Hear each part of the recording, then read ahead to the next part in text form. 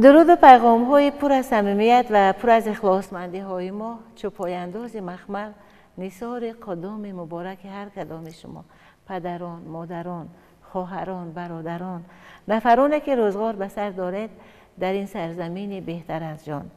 در تهیه و در پیشنهاد گروه ایجادی ما هست این لحظه باز یک برنامه نوبتی واژه‌زار معانی و ما در این برنامه دعوت کرده ایم استاد بسیار گرامی قدر، نویسنده خلقی تاجیکستان، دارنده جایزه دولتی به نام استاد ابو عبدالله رودکی برات عبدالرحمن را، چون تصمیم داریم باز در برنامه واژه‌زار معانی از سلسله در مسیر تاریخ در بیان بسیار خوب استاد بشنویم قصه خاندان سامانی را و امید میکنیم که شمای عزیز به حیث نماینده ملت کتابدار، به حیث نماینده ملت کتابخوان و تمدندار و تمدن آفر حتما محبت خواهید کرد، حتما در دل رو باز خواهید کرد به سوی ما و حتما میتوانید که بکشاید محتوای صحبت استاد برات عبدالرحمن را از خاندان اسماعیل سامانی. استاد عزیز شما به برنامه ما خوش آمدید. سلامت باشید، عمرتون دراز باد. سلامت باشید، سلامت باشید. با حضور بسیار مبارک شما استاد از سلسله در مسیر تاریخ با لطف و مرحمت شما بیننده بسیار هوشمند برنامه‌های پرمحتوای تلویزیونی سفینه از برنامه واژه‌زار معانی از سلسله در مسیر تاریخ الکی از سرنوشت 7 نفر خاندان اسماعیل سامانی از عهد سامانیان، از زندگی نامه 7 نفر، از چگونه کاربرد آنها، از پادشاهی آنها، از چگونه به دنیا آمدن و چگونه از دنیا رفتن 7 نفر از اولاد اسماعیل سامانی، از خاندان اسماعیل سامانی بیننده بسیار هوشمند واقف گردید شنید. امروز ما و بیننده بسیار هوشمند برنامه ما درباره کی میشنویم؟ شما کی را به برنامه آورده؟ سلامت باشید. امروز از روزنه تاریخ ما با پادشاهی و دولتداری 2 نفر نمایندگان خاندان سامانیان، پسران نوح ابن منصور، یعنی درباره ابوالحارث و عبدالملک صحبت میکنیم که اینا همگی کمتر 2.5 سال یا کمتر از 2.5 سال پادشاهی کردند و دوره پرآشوب‌ترین دولتداری سامانیان و زوال دولتداری سامانیان به عهد پادشاهی آنها راست می آید. وقتی که نوح ابن منصور 21 آگوست سال 977 از دنیا رفت، او 4 پسر داشت. پسر کلانی ابوالحارث، پسر دوم عبدالملک، ابو ابراهیم و ابو یحیی. و ابوالحارث وقتی که به تخت نشست این تقریبا آخر ماه ایون سال 977 بود. تاریخ نگاران می نویسند که از تاریخ بخارا سر کرده تا بیهقی و تا مثلا دیگرها که این یک جوان بسیار تیزهوش، زیرک و با سیاست بود و او خزینه دربار را گشود و دست سخی و دست گشاد را برای سرلشکران ترک ظاهر کرد و کوشش نمود که دل آنها را به دست بیاورد. ابوالمظفر برغشی کوشش نمود که همین خاندان سامانیان را تا اندازه می تواند در سیمای ابوالحارث ابن نوح پشتیبانی نماید. در این وقت ابوالحسن فایق که در سمرقند بود برای مبارکبادی به دربار بخارا می آید. او به خاطر آنکه نفوذ خود را افزاید سخنش با ابوالمظفر برغشی می گریزد. بین آنها کمتر مناقشه پدید می آید و فایق سپارش می دهد که همون خانه ابوالحسن ابوالمظفر برغشی را پیچانند، غارت کنند. ابوالمظفر برغشی وزیر دربار همون خاندان سامانیان مجبور می شود که در خانه ابوالحارث یعنی پادشاه زمان پناه برد. بله. اینها نزد پادشاه زمان آمده طلب می کنند که ابوالمظفر برغشی رو بر ما می دهید. ابوالحارث در خشم می شود و می گوید که این وزیر من است، این من تعیین کردم، من چرا نه به شما می سپارم. بین جانبداران ابوالحارث و بین جانبداران فائق زد و خورد می شود. در همون درون دیوان بخارا، در درون ارک بخارا زد و خورد می شود و این زد و خورد کمتر اوج می گیرد و در این میان شیخ رئیس بخارا که نفوذش از پادشاه کم نبود با قاضی القضات و دیگر کسا رسیده میگویند که همین ابوالمظفر برغشی را با یگان بهانه به گرگان فرست. ابوالمظفر برغشی که به هراس از ترس نمیداند چیکار کند در حال راضی می شود برای چی رفتن و بار کوچش را بار کرده به طرف گرگان می رود.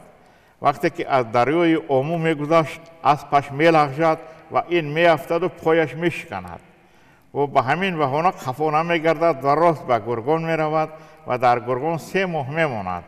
3 ماه می ماند مملکت بی وزیر.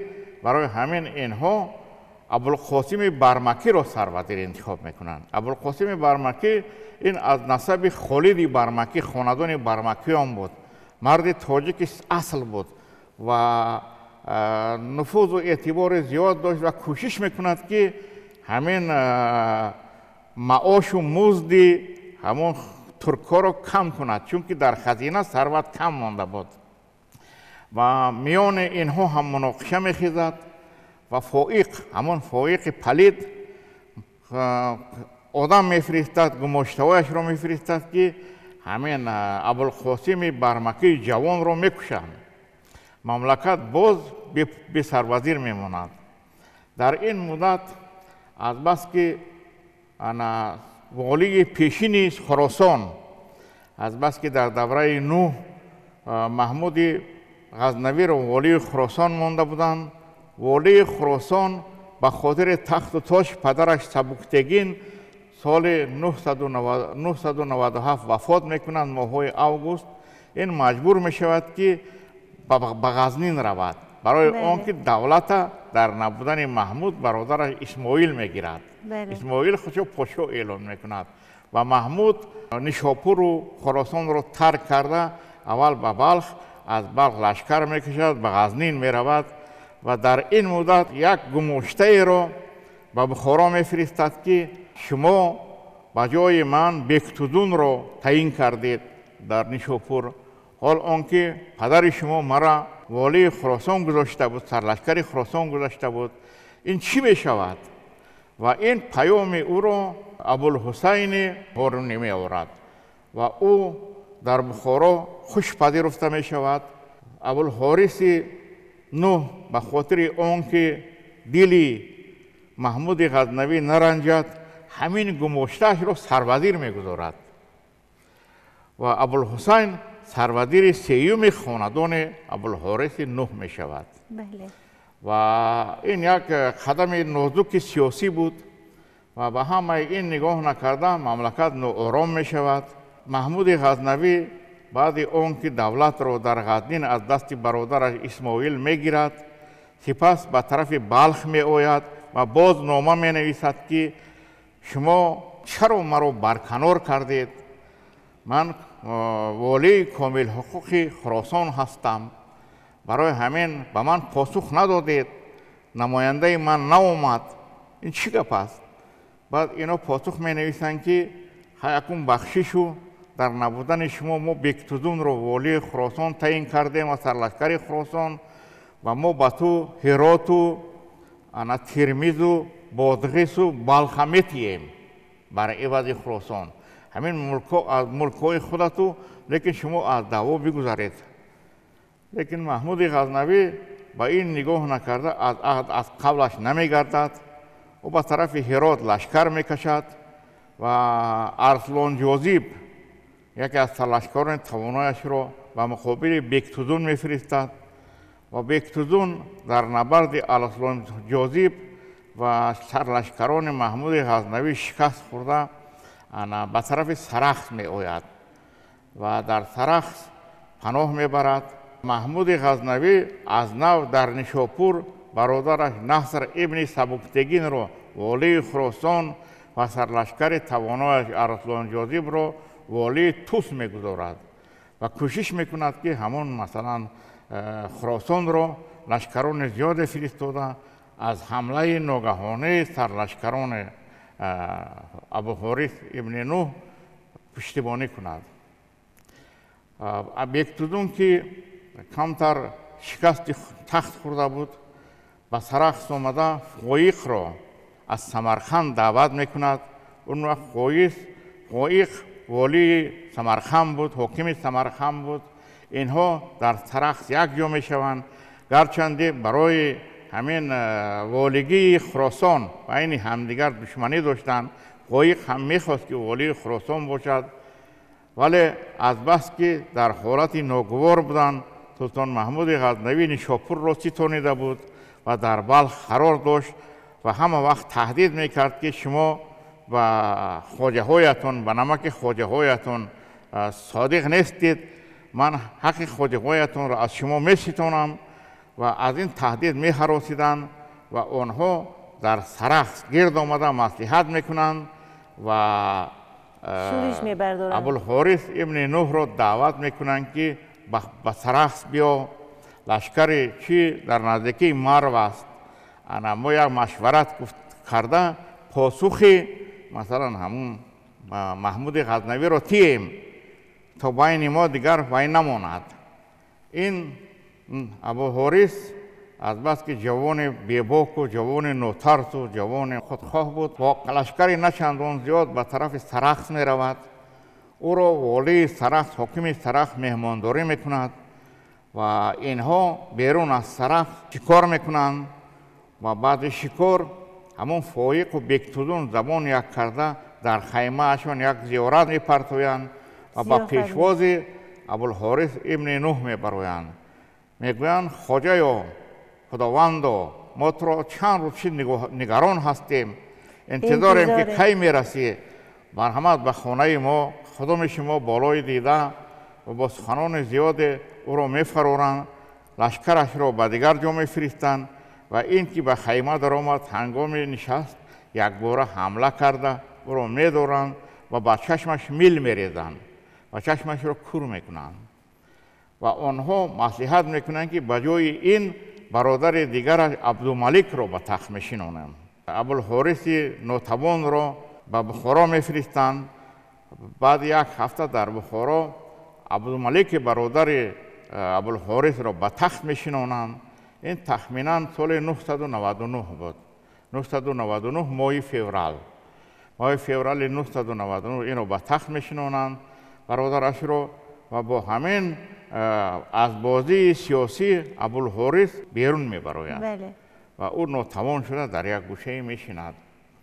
عبدالملک بچه جوان بود، چندان تجربه دولتداری نداشت و همین نگاه نکرده او کوشش میکرد که دل سرلشکران ترک را مخصوصا فویق و بگتودون و یونالتگین و دیگرها را به دست درآورد و به همین خاطر او مثلا چندان تجربه کرایی دولتداری نداشت و سروزیر در دوره او ابوالحسین گماشته محمود غزنوی بود وزیرش و همین نگاه نکرده وقتی که بار سیوم بار دیگر به ابوالملک نامه می نویسد، بار سیوم محمود غزنوی که چرا شما خودسرانه دولت رو از ما ستانیدید، ما با این پاسخ می خواهم و او لشکر کشیده و نزدیکی سرخس می آید و اینها از بس که در بخارا بودند دیگر چاره نیفته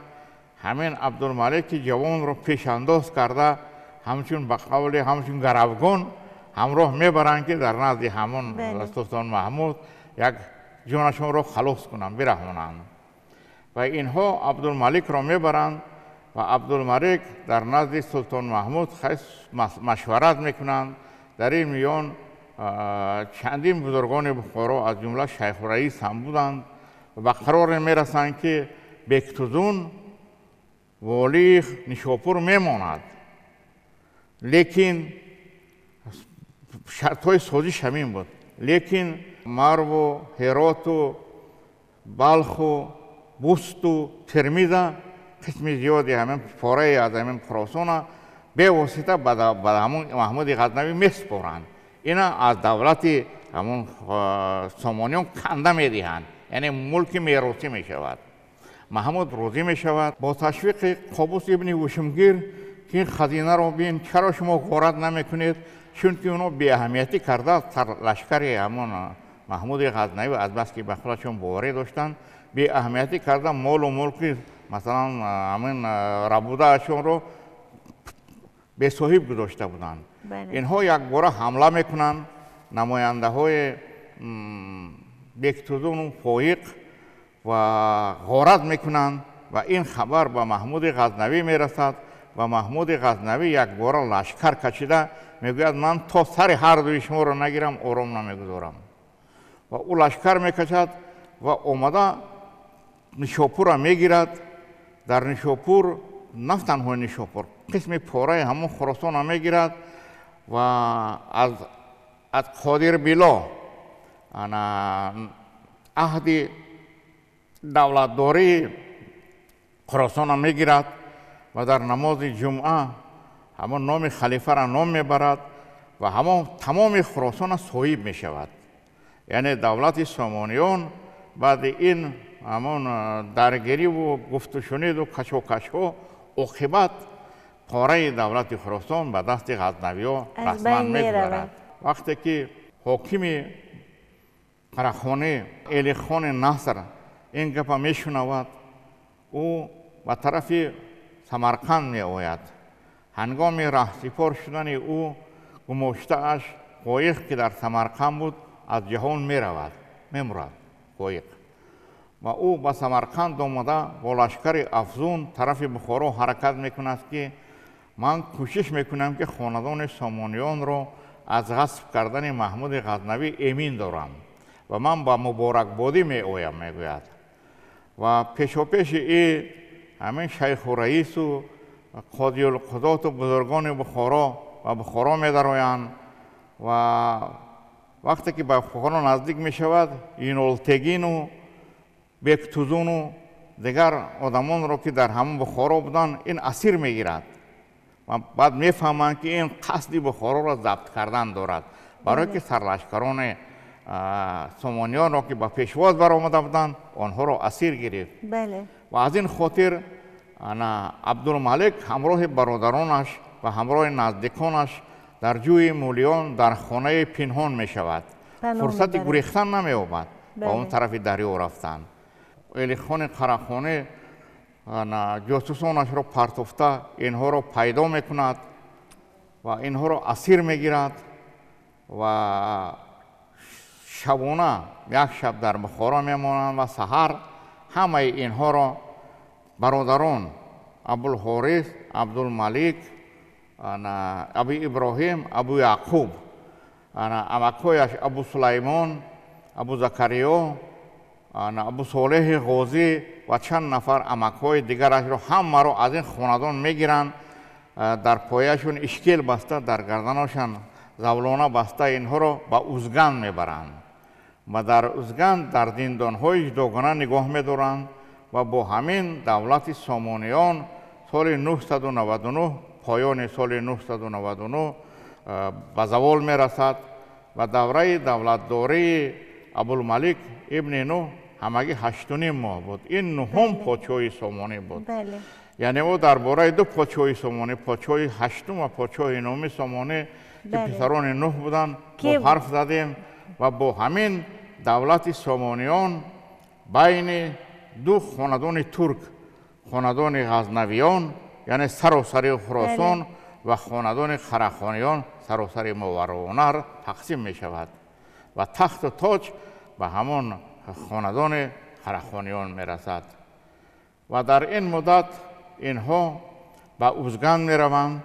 در اوزگند همه این اسیران را جدا جدا در خانه های جداگانه نگاه می دارند که یگان مثلا دسیسه نانگیزند، لیکن در این میان همون برادر خردیشون، برادر سیومشون ابو ابراهیم منتصر که یک کنیزی با او خدمت می رساند، او لباسهای کنیز را پوشیده از زندان اوزگند می گریزد و با همین برای برگرداندن تخت و تاج سامانیان تلاش می ورزد. در برنامه آینده درباره تلاش و کوشش های به دست آوردن دولت سامانیان که ابراهیم 20 ساله برداشته بود سخن خواهیم گفت و او یک جوانمردی بود که از زندان گریخته در دست هیچی نداشت، حتی شمشیر نداشت، لیکن توانست که همچون پادشاه دهم سامانه نامش را در تاریخ ثبت کند و 5 سال مبارزه برده 4 مراتب سمرقند، 2 مراتب بخارا، 2 مراتب نیشاپور، 2 مراتب مرو، 2 مراتب نیسا، 1 مراتب رای را به دست بیاورد. ما در برنامه آینده درباره ابو ابراهیم منتظر پادشاه دهم سامانیان سخن خواهیم گفت. سلامت باشید استاد عزیز. سوال پیش آمد 4 برادر را نامبر کردید استاد، اما ابراهیم رو مثلا ابو ابراهیم ابن منصور نگفتید، ابو ابراهیم منتصر گفتید، چرا؟ این منتصر یعنی وطنخواه. وطنخواه. این تخلصی که خودش انتخاب کرده برای خودش. مبارز وطنخواه. و ما درباره ابو ابراهیم وطنخواه، درباره ابو ابراهیم مبارز منتصر در برنامه آینده معلومات خواهیم گرفت از جانب شما که چگونه توانست کوشش کرد، تلاش کرد و تا حد توانست وطن را خواست دفاع بنماید. نامش را در تاریخ همچون پادشاه دهم سامانی ثبت کرد. از زندان گریخته. بله. از روزنه تاریخ با گذشته های خود آشنا شویم، بدانیم که سرآمدان ما کی بودند، آنها چه کارها کردند، برد و باختشان از چی سر زد و چرا نتوانستند دولت را مثلا در دست تا آخر نگاه دارند و سبب شکستشان چی بود و در همین برنامه برای خوانندگان عزیز پیشنهاد کردیم. و دانستن تاریخ، آموختن تاریخ این آینده را روشن میکند. آینه است که آینده را روشن میکند، ما را سبق میدهد. بله، سلامت باشد. واقعا وطن و دارایی وطن با شناختن دوست داشتنی می شود. اگر می شناسیم مثل که افتخار میکنیم، اگر می شناسیم دوست می داریم، اگر می شناسیم برای آبادیش تلاش میکنیم، برای پایداریش مبارز میشویم و روزنه آشنایی را به سوی ما خیلی سعادتمند هستیم استاد که یک مدت معین هست که شما بسیار معتبر در برنامه شرکت می‌ورزید و همین روزنه آشنایی را به سوی گذشته خویش برای ما و بیننده بسیار هوشمند برنامه ما وامی. برکت در کسب کارتان استاد عزیز، در جسم و جانتان. و میخواستم یک چیز اضافه کنم. بفرمایید. ببینید که همین تاریخ نگاران دولتداری سامانیان را از عهد اسماعیل سامانی گرفتند، لیکن تا اسماعیل سامانی مثلا سامان خداد، مثلا اسد ابن سامان، مثلا پسران اسد 4 پسر اسد، مثلا احمد و پسران احمد 7 پسر احمد تا نصر ابن احمد، اینها را مردم در تاریخ دولتداری سامانیان وارد نکردند. من آماده هستم که از سامان خدا سر کرده تا نصر ابن احمد که اینها از تاریخ کمتر بیرون موندن، یعنی در سلسله دولتداری سامانیان وارد نیستند، درباره اینها به شما معلومات دهم. من در رمن مثلا اسماعیل سامانی همون درباره سرنوشت سامان خداد، خاندان سامان خداد، پدیدایی دولتداری سامان خداد همش رو آوردم تا اینکه مردم بشناسند، تا اینکه میراث واقعی دولتداری ملی تاجیکان بودن همه خاندان سامانیان را ثابت سازم. استاد گرامی قدر، با کمال احترام، با کمال افتخارمندی دعوت خواهد شد و از این منبر بلند آزادی سخن شما قصه گذشته ملت ما را، گذشته اجداد ما را به نسل جوان برای آلگی فردای زندگی او اینجا قصه خواهید کرد. ما هدف شناساندن داریم. بله، سلامت باشید استاد عزیز. به برنامه خوش آمدید استاد. برکت در کسب و کارتان، در زندگیتان، در جسم و جانتان و در کوشش ها و تلاش ها و طلب ها و پرخواش های بعدی برای بازیافت های تاریخی. خوش آمدید به برنامه بار دیگر. بینندگان بسیار گرامی، در برنامه نوبتی واژه‌زار معانی از سلسله در مسیر تاریخ چون همیشگی حضور بسیار مبارک داشتند، ابراز اندیشه های بسیار بیکر و سبز و سازنده نمودند، باز یک دریچه تاریخ را به سوی ما و شما باز نمودند. استاد بسیار گرامی قدر، نویسنده خلقه تاجیکستان، دارنده جایزه دولتی به نام استاد ابا عبدالله رودکی برات عبدالرحمن که اینک فشرده صحبت ایشان پیشنهاد طبع لطیف شما گردید. پیشنهاد از ما دیگر قضاوت از شما. یک زندگی پر از خوبی ها، یک زندگی پر از خوشی ها، پر از آزادگی، پر از آزاده آهنگی، یک زندگی پر از سفیدی ها نصیب ما و شما تا دیدارهای بعدی.